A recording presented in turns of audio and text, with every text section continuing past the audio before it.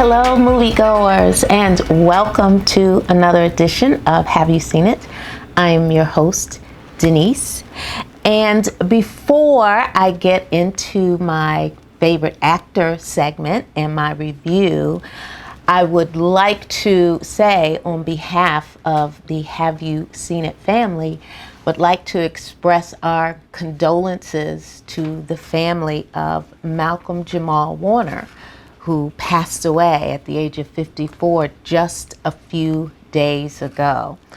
Malcolm Jamal Warner, of course, we all knew him as Theo Huxtable in the Cosby Show, but his talents as an actor grew. And so for decades after that show went off the air, Malcolm Jamal Warner was still making big moves in the industry. He was a Grammy award-winning musician, and he also recently just started, just a few months ago, a podcast. And so we are a little saddened by the loss of this great talent, but we wish his family the best. And Malcolm Jamal Warner, rest easy, rest easy. All right, folks, I'm going to get into my favorite actor for this week. And my favorite actor is Jamie Foxx. Jamie Foxx, incredible talent.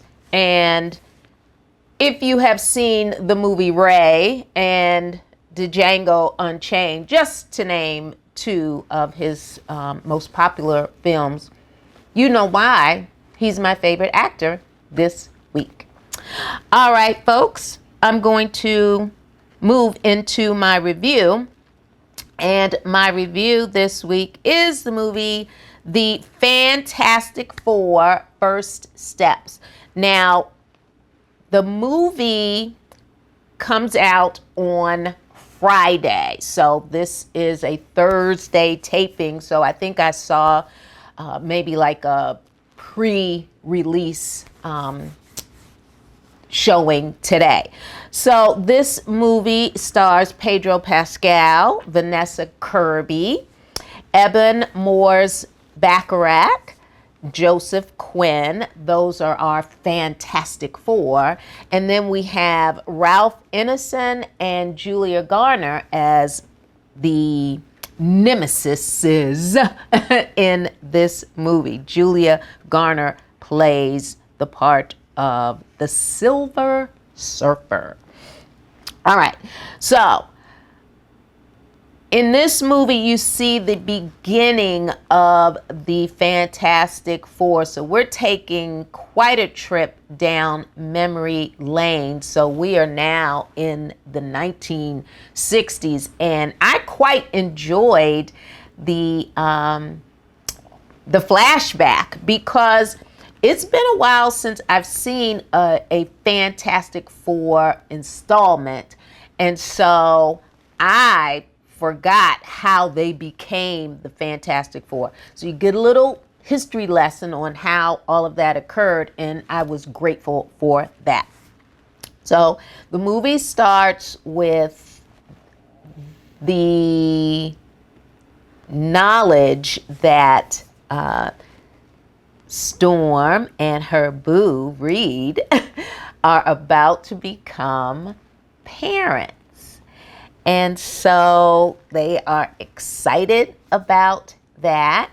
And they are also being recognized, the foursome, for, all of the fantastic things that they have done for the world and the earth and their community and their city, and everybody just loves them. And so this particular TV show is kind of honoring them. So it kind of starts out like that.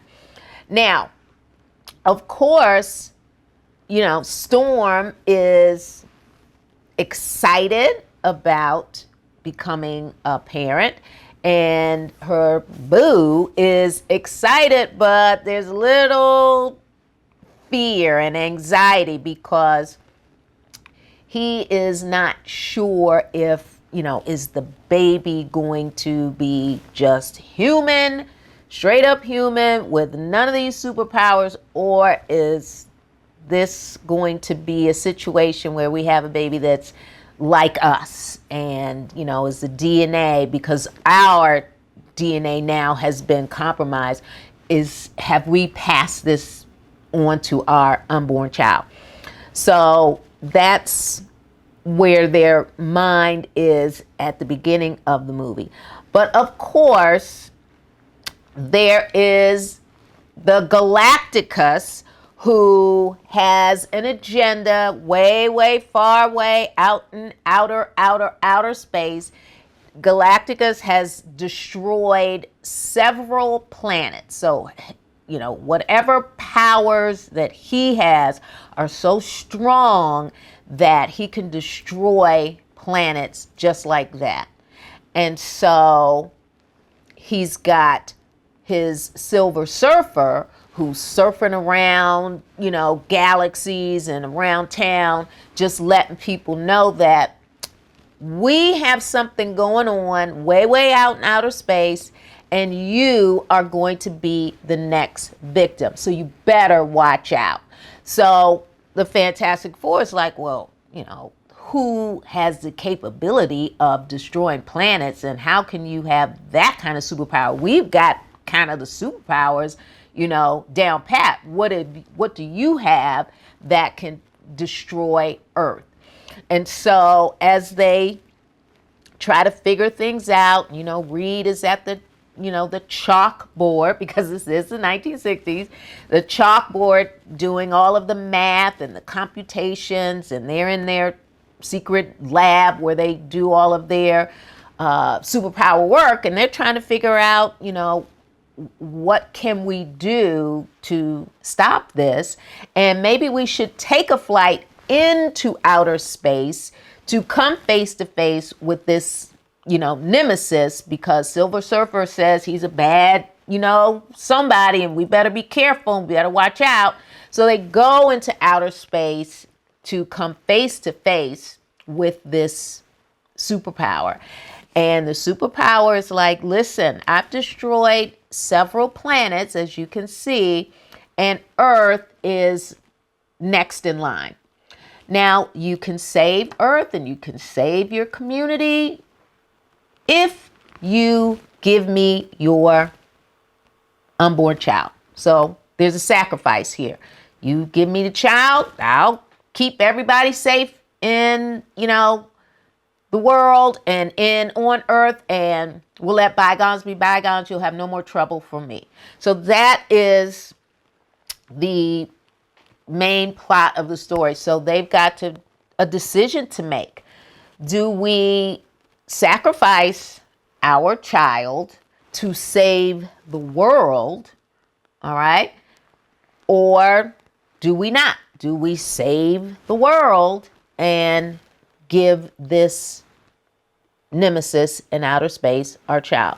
So there's a lot of back and forth there, a lot of thinking going on, putting their heads together, devising whatever type of, coming up with a plan. What are we going to use? What are we going to do? How can we stop this from happening? And of course, once the, people in their community find out that, hey, wait a minute, we're hearing some things going on. You mean you're going to sacrifice us for your child? So you've got some of that going on too. You got some friction going on with the community and the humans on Earth. So that is my reveal. It was just under 2 hours.